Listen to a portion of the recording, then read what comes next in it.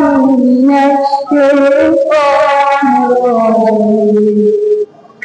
بسم الله الرحمن الرحيم. والتين والزيتون وطور سينين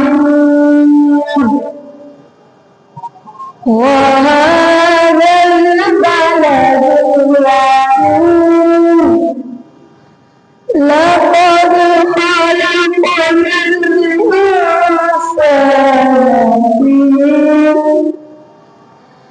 في أحسن تقويم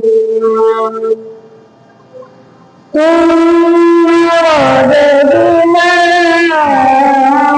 أسفل سافلين إلا الذين آمنوا وعملوا الصالحات